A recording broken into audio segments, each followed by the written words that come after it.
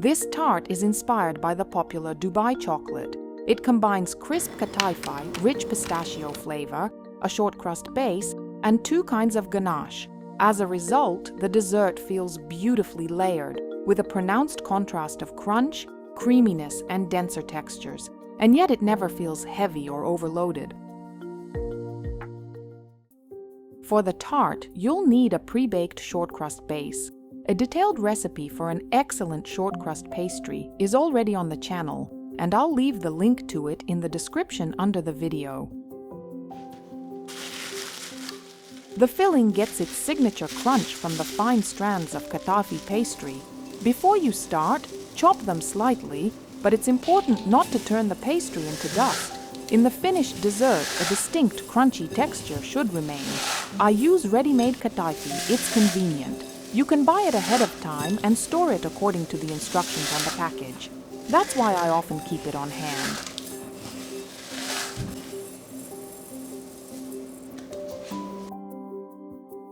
Toasting in butter not only adds flavor to the pastry, but also helps it heat through and dry out evenly. That's why, right at the start, it's important to mix everything well so the butter is distributed evenly throughout the whole mixture, and no pale spots remain during toasting. At first, it may seem like the pastry is barely changing. While the moisture is gradually evaporating, the color changes quite slowly. But once that stage passes, the Kataifi starts to turn golden very quickly. So it's important to watch closely here so the strands don't burn. The toasted pastry should take on a deep golden color. Spread it out right away in a thin layer so it cools faster and doesn't keep cooking from the residual heat.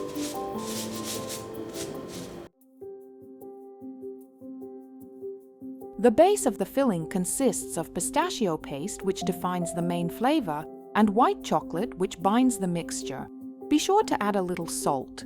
It acts as a flavor enhancer, making the taste of the whole filling fuller and more expressive.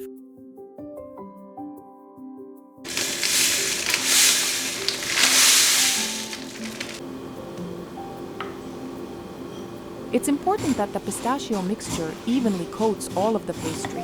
It's more convenient to do this by hand, gently and without unnecessary force. The mixture distributes better that way, and the fragile Kataifi strands keep their texture and that signature crunch.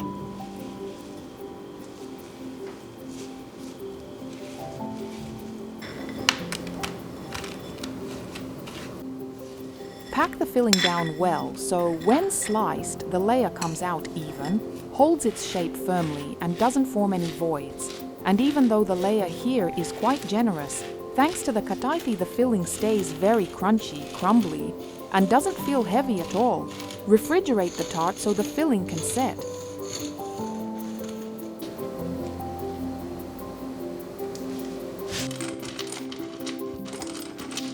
For the creamy component, a milk chocolate ganache works best here. Since the Dubai filling is already bold and rich on its own, it's important not to overload the dessert. Milk chocolate feels softer than dark chocolate, doesn't compete with the filling, and instead gently ties all the flavors together.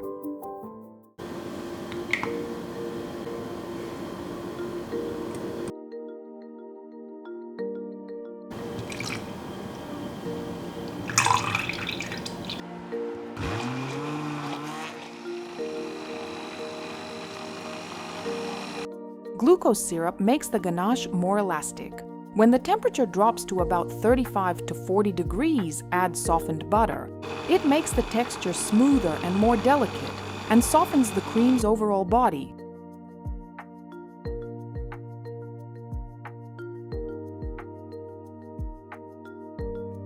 It's best to pour this ganache at around 30 to 32 degrees. At this point, it's still fluid enough to settle into an even layer, but it's no longer too hot for the filling. After that, refrigerate the tart and let the ganache set completely.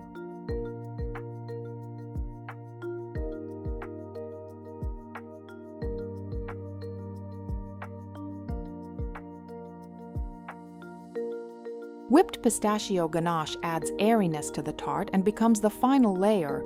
beautifully finishing the dessert both in flavor and visually. The recipe for this ganache is already on the channel, and small dots made from the leftover milk chocolate ganache help tie the decoration together while also supporting the flavor of the main layer.